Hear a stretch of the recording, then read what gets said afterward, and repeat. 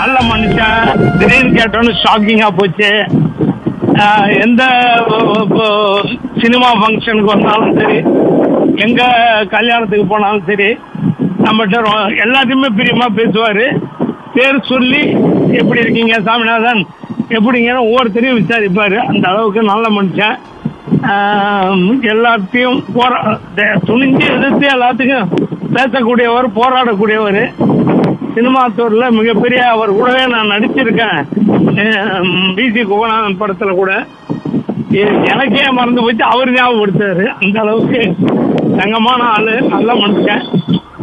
ரொம்ப வருத்தமான விஷயமா தான் அது.